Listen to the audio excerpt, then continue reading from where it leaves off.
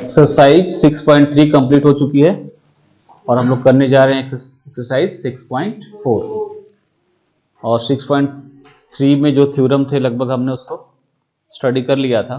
यहाँ पर एक थ्योरम है जिसमें आपको प्रूफ करने के लिए नहीं आ रहा है ना, सिर्फ आपको उस थ्योरम का यूज करना है क्वेश्चंस में। एक्सरसाइज 6.4 आ रही है लेकिन थ्योरम प्रूफ करने के लिए नहीं आएगा, ये अभी आपके उससे बाहर कर दिया है।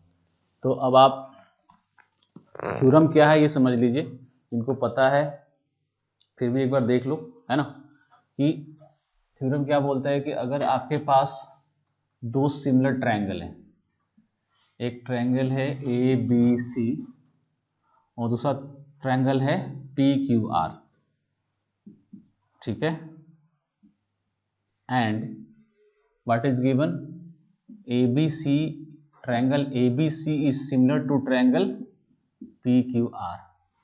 ये दोनों ट्रायंगल क्या है, सिमिलर है, ठीक है। तो इन दोनों सिमिलर ट्रायंगल के जो एरिया होंगे उसमें एक रिलेशन होगा, वही बताता है एरिया रेशियो थ्योरम, कि area of triangle ABC upon area of triangle PQR equal to AB square upon PQ square BC square upon QR square and AC square upon PR square, ठीक है। What theorem says that the area of ratio of area of two similar triangles is equal to the ratio of square of their sides, corresponding sides. This is the area ratio theorem. इसका जो proof है वो syllabus से out हो चुका है, इसलिए हम प्रूफ नहीं करेंगे, इसका हम यूज करेंगे। बात समझ में आई कि दो ट्रायंगल अगर दोनों के साइड के रेशियो गिवन हो, ठीक है, तो हम उसके एरिया का रेशियो फाइंड आउट कर सकते हैं।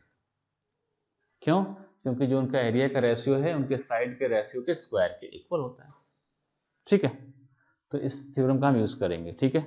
चलते हैं हम लोग क्वेश्चंस पे, इजी क्वेश्चंस के साथ स्टार्ट करेंगे।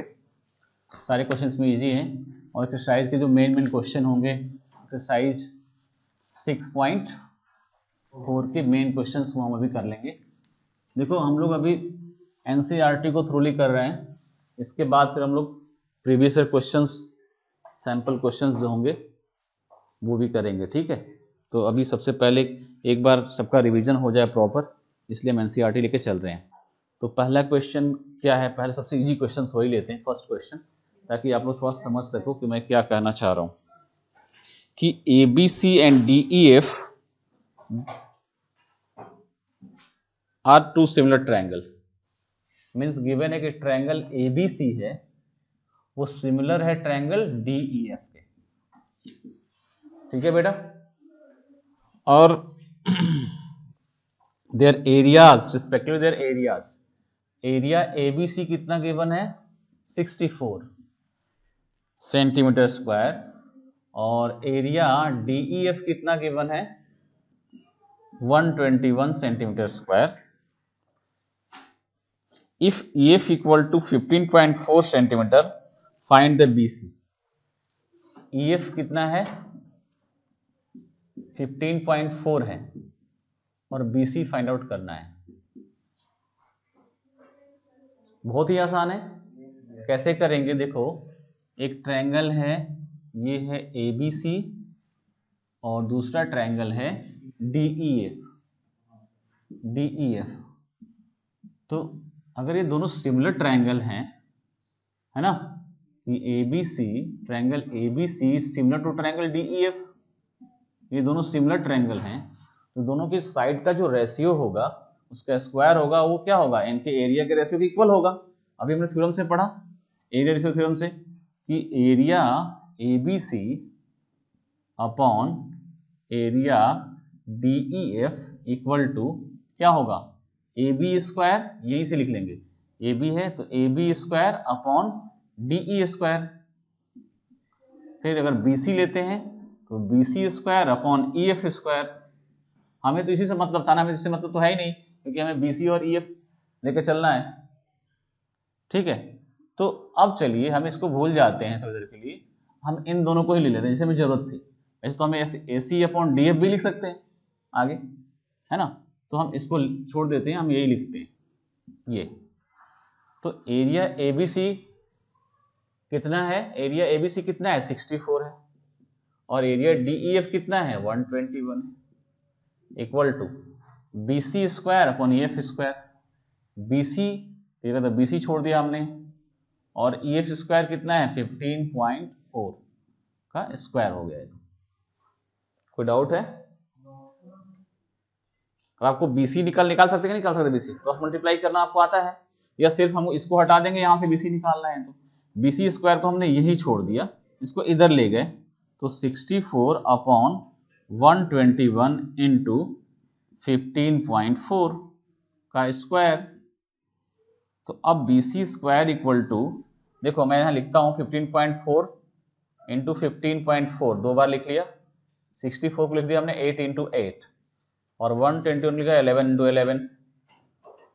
अब BC निकालना हो तो BC निकालना क्या होगा, अंडर रूट दिस हो जाएगा। तो अंडर रूट जब करेंगे, यहां से स्क्वायर हटा के अंडर रूट कर लेते हैं, अंडर रूट करेंगे तो क्या होगा, 15.4 का पेयर लग गया, एक तो 8 का पेयर लग गया, 11 का पेयर लग गया। जब स्क्वायर रूट निकालते तो क्या करते हैं, पेयर ही तो लगाते हैं ना। दिख रहा है तुम्हें, वहां देख के पढ़ रहा है क्या, ट्राई कर रहा था, यहां समझा रहा हूं, ट्रायंगल देख रहा है तुम, यहीं से ट्रायंगल दिख रहा था, गजब की बात है। 15.4 इंटू 8 इंटू 11 मल्टीप्लाई करना तो आएगा ना, तो अपॉन में था ना, अच्छा 11 नीचे है ना, सॉरी, अपॉन 11, बस। कोई डाउट है? तो आपके पास क्या गिवन है कि ABC और DBC टू ट्रायंगल्स हैं, सेम बेस BC क्यू। ये ज्वाइन किया हुआ तो नहीं है ना, ज्वाइन किया हुआ है, ज्वाइन किया है, ज्वाइन, ठीक है। आपको क्या प्रूफ करना है, बोलो। To prove that area of triangle ABC upon area of triangle DBC, area triangle DBC equals to AO upon DO। AO upon DO, ये लाना है। यह है 6.4 एक्सरसाइज का क्वेश्चन नंबर 3। ठीक है, तो ये चीज आपको प्रूफ करना है, क्या करें, सर कंस्ट्रक्शन करें। Yes sir. Draw perpendicular on BO, AM डाल दिया हमने, यस सर, ऑन BC है ना, एंड DN, AM और DN डाल, ये हमारा पॉइंट O है, ठीक है, वो गिवन था पॉइंट। अब क्या करें, अब दोनों का एरिया लेंगे और उनका रेशियो निकालेंगे। तो एरिया ABC निकालते हैं, पहले प्रूफ में चलते हैं। एरिया ABC क्या होगा, ABC का एरिया, एरिया इक्वल टू क्या होता है, base in half into base into height होता है ना, तो हाफ इंटू बेस, बेस क्या है BC, और हाइट क्या है आपकी AM है। अब एरिया DBC निकाल सकते हैं, एरिया DBC क्या हो जाएगा, हाफ इंटू BC DN होगा। तो इसको 1 मान सकते हैं, इसको 2, तो इक्वेशन 1 डिवाइड बाय इक्वेशन 2, तो हमें ये मिल जाएगा LHS इसका, area ABC upon area DBC equal to half BC into AM upon half BC into DN। BC BC cancel, half half cancel हो गया, कितना आ गया ये AM अपॉन, लेकिन हमें लाना क्या है AO अपॉन DO, मतलब हमें AM अपॉन DN को AO अपॉन DO को इक्वल लाकर दिखाना पड़ेगा, तभी हमारा काम होगा। इसके लिए देखो किसमें ये दोनों इन्वॉल्व हैं, उस ट्रायंगल को सिलेक्ट करेंगे जिसमें ये दोनों चीजें आ रही हैं। तो AO DO और AM DN किस ट्रायंगल में है, AOM में और DON में है ना। तो हम लेते हैं दो triangle, in triangle AOM and triangle DON। इन दोनों ट्रायंगल में हम क्या देखते हैं कि एंगल M और एंगल N कितना है, 90। एंगल M, इसका पूरा नाम लिखते हैं AMO, AMO equal to DNO। कोई डाउट है, कोई डाउट नहीं है, ठीक है। छापने मत लगो अभी इतनी जल्दी, बहुत सारा टाइम मिलने वाला है, ठीक है। AMO इक्वल टू DNO और क्या बेटा, AOM इक्वल टू, ये तो 90 था ना दोनों, 90 each। और ये AOM इक्वल टू DON, ये क्या हो जाएंगे, vertically opposite angle VOA। Therefore by AA similarity क्या हो जाएगा, A सिमिलैरिटी से triangle AOM similar to triangle DON। अब हम यहाँ पे अगर ये सिमिलर हैं तो हम लिख सकते हैं AM upon DN equal to AO upon DO। तो AM upon DN equal to AO upon DO। क्यों लिखा, बाई CPST, बाई CPST, ठीक है। तो आपको ये जो प्रूफ करना था, अब यहां से अब आपका इक्वेशन नंबर कौन सा था, ये थर्ड मान लेते हैं इसको, थर्ड और इसको फोर्थ लेते हैं, ये लिए हमने फोर्थ। तो फ्रॉम थर्ड एंड फोर्थ क्या हो जाएगा, बोलो, area ABC upon area DBC equal to AO upon DO। कोई डाउट है, चलो फटाफट इसको नोट डाउन कर लो। चलते हैं क्वेश्चन नंबर 5 पे। DEF are respectively the mid point of side AB BC CA of triangle ABC। देखो ये एक ट्रायंगल है ABC,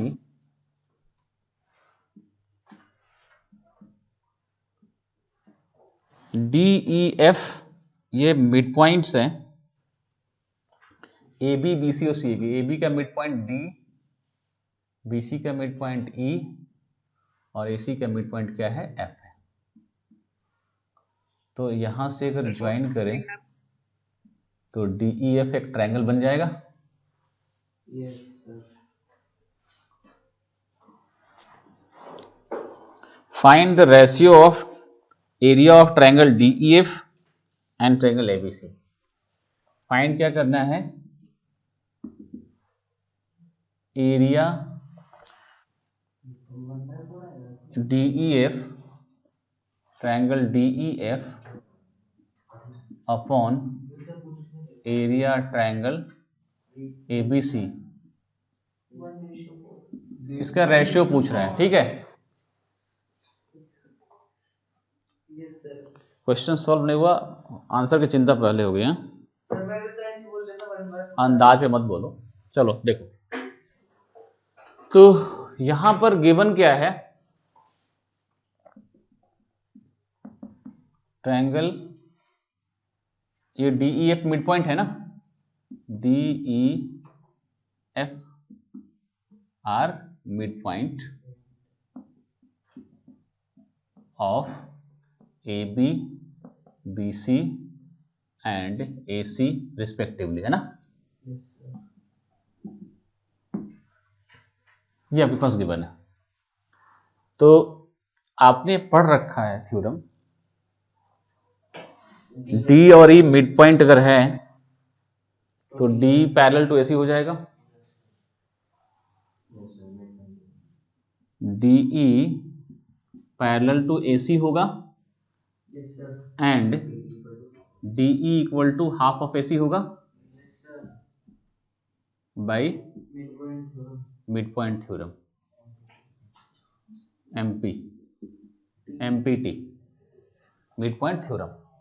9th क्लास में था कि अगर, या आप अभी भी ऐसे भी देख सकते हो, जो हमने पढ़ा है ना, कौन सा थ्योरम, थेल्स थ्योरम, उससे भी हो जाएगा। BPT से ही आप सोच सकते हो कि अगर मिड पॉइंट है तो इनका रेशियो तो सेम हो गया, तो कन्वर्स से हम बोल सकते हैं ना कि इसके पैरेलल होगा, है ना। ऐसे बोल लो या फिर MPT, कुछ भी बोल सकते हो, दोनों में से कोई भी।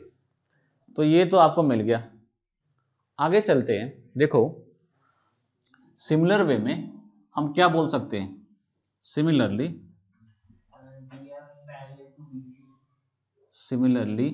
EF पैरेलल टू AB होगा। Yes, sir.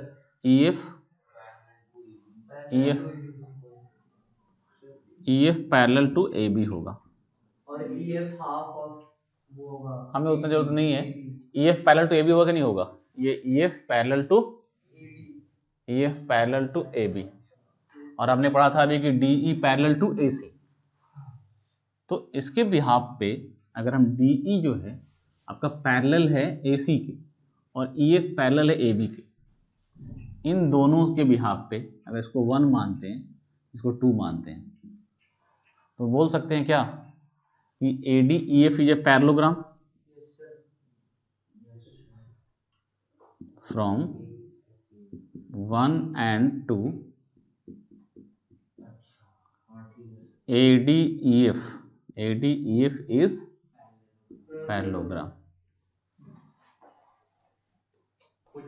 अगर ये पैरेललोग्राम होगा तो AF equals to DE होगा और F equals to sir triangle DE। आप ये भी एक थर्ड यहाँ पे थर्ड भी लिख लेते हैं कि हमारा ये इसके पैरेलल था ना, EF पैरेलल तो हमने किसको दिखाया था, सर अब हम DF पैरेलल टू BC दिखा देंगे।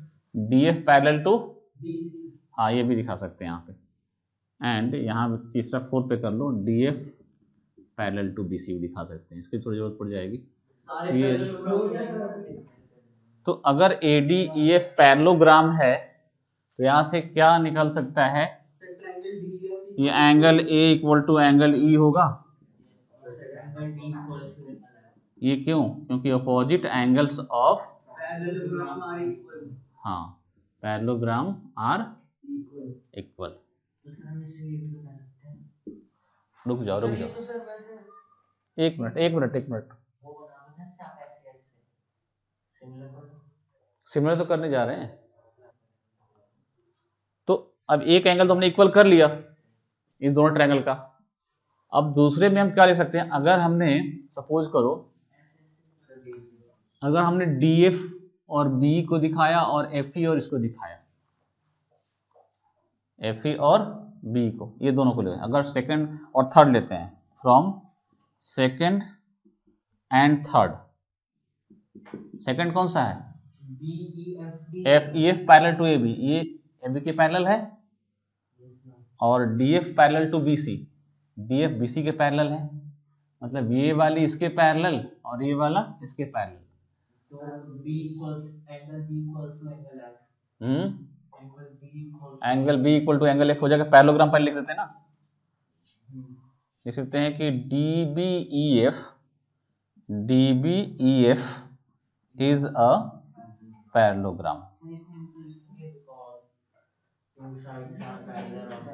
अपोजिट साइड पैरेलल है, आपको बोल तो दिया 2 और थर्ड से लेकर चल रहे हैं, तो पैरेलल आप चाहो तो देखो, आप चाहो तो एक काम ये कर सकते हो, जैसे DE पैरेलल टू AC लिखा है ना, तो DE पैरेलल टू AC, फिर यहाँ पर DE पैरेलल टू, आप अगर ऐसे लिखना चाहो तो ऐसे लिख लो, DE पैरेलल टू AF, अगर आपको समझ में कम आता है तो, और इसको नीचे वाले को 1 मानो, ठीक है।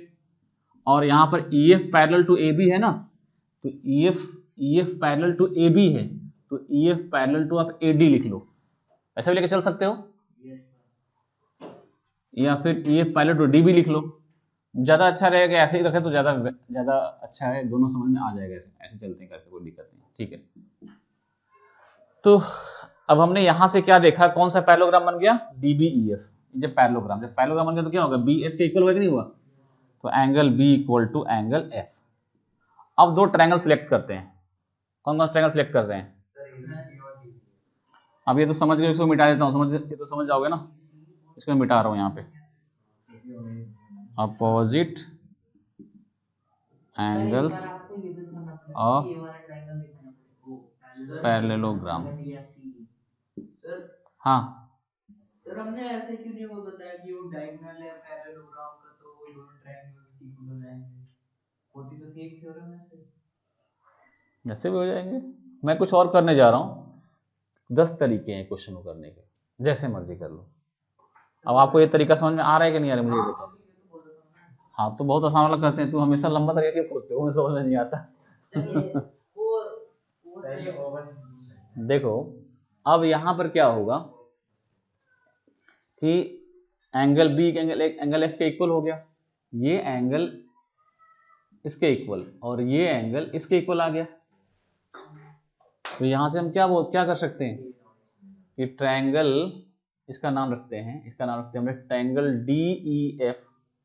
Triangle D E F is similar to triangle what?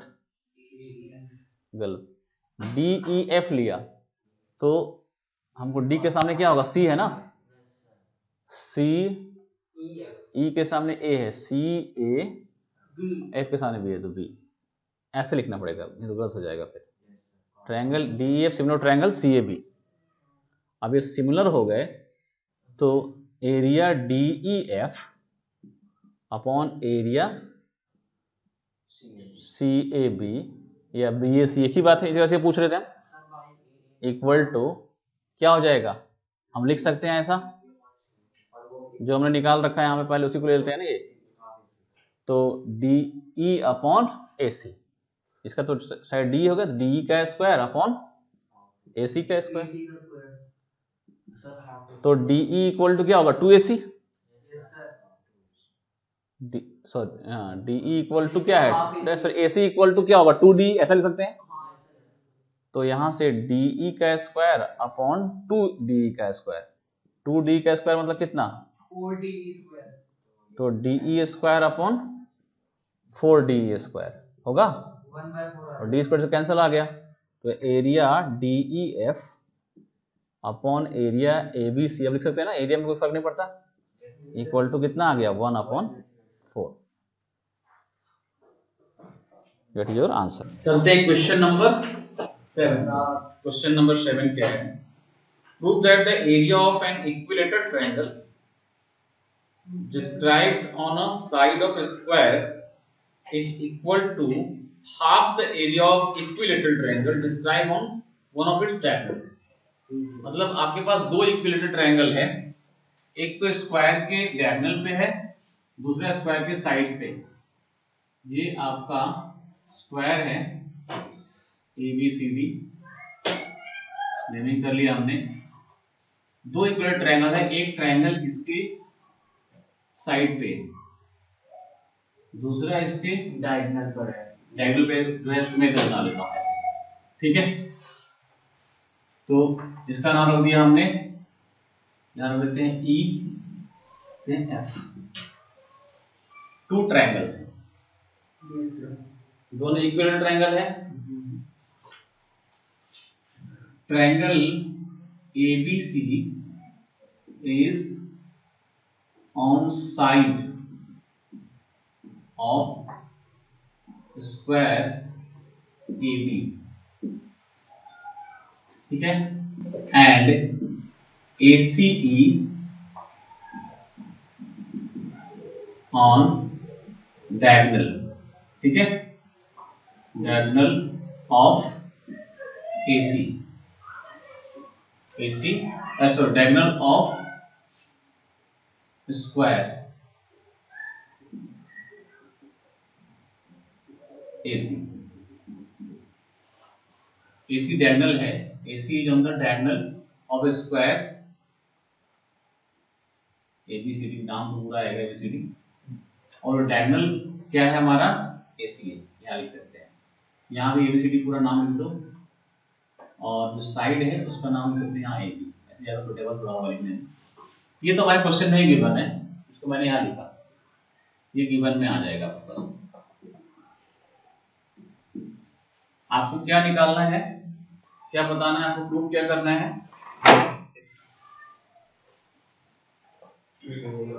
Sir उसका हाफ होगा ट्रायंगल, हाँ, हाफ एरिया होगा, एरिया हाफ होगा जो साइड पर जो। अब आप यहां से बता सकते हो कि area sorry triangle ABF is similar to triangle EAEC लिख सकते हो, हाँ because both are equilateral triangle, both are equilateral, both are all sides are equal, हाँ इक्विलेटरल।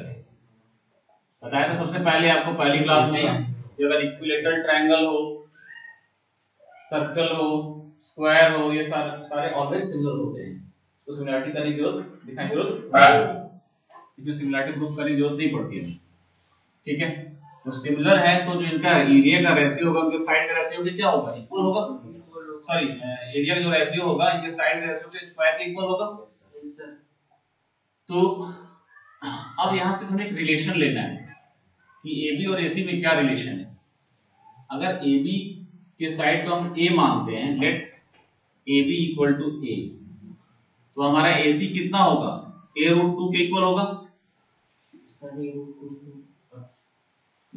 क्योंकि फॉर्मूला को पता है ना, डायगोनल इक्वल टू क्या होता है, √2 इनटू साइड, यस सर, या फिर पाइथागोरस से लगा के निकाल सकते हो। हाँ ये फॉर्मूला डायरेक्ट यूज कर लो, या फिर डायरेक्ट आप यहां पर A है A तो ये निकाल सकते हो ना डायगोनल, ये हाँ सर समझ, हाइपोटेनस करके। हाँ वो 90 हो राइट जाएगा, एंगल ट्रायंगल्स में परपेंडिकुलर बेस मालूम है तो आप हाइपोटेनस निकाल सकते हो, यस सर, उस तरह से निकालो, या फिर आपको अगर फॉर्मूला डायरेक्टली आप यूज कर लो बस। तो आपके पास ये दोनों वैल्यूज मिल चुकी हैं। अब चलते हैं इनका रेशियो लिखते हैं, area ABF upon area AEC, तो ये दोनों के साइड के रेशियो भी क्या होगा, स्क्वायर इक्वल होगा, मींस यहां पर आएगा AB स्क्वायर, यहां क्या आएगा AC स्क्वायर, बस हो गया। अगर यहां से ऐसे देख रहे हैं अगर AB तो यहाँ A ही आएगा, है ना, तो A तो AC के इक्वल ही तो होगा, A कहें या AC के साथ इक्वल ही होंगे, हाँ सर, क्योंकि इक्विलेटरल ट्रायंगल है। तो अगर यहां से देखें तो लिख सकते हो जैसे मर्जी वैसे लिख लो, कोई फर्क नहीं पड़ता। तो AB square upon AE square या AB square upon AC square सारे इक्वल हैं, तो अब AB की जगह हमने A लिख दिया, AB की वैल्यू कितनी थी A स्क्वायर, और ये A√2 का स्क्वायर, यहाँ A square upon 2A square, ये स्क्वायर कैंसिल हो कितना आ गया 1/2, हेंस HB एक्सरसाइज हमारी कंप्लीट हो गई ये वाली।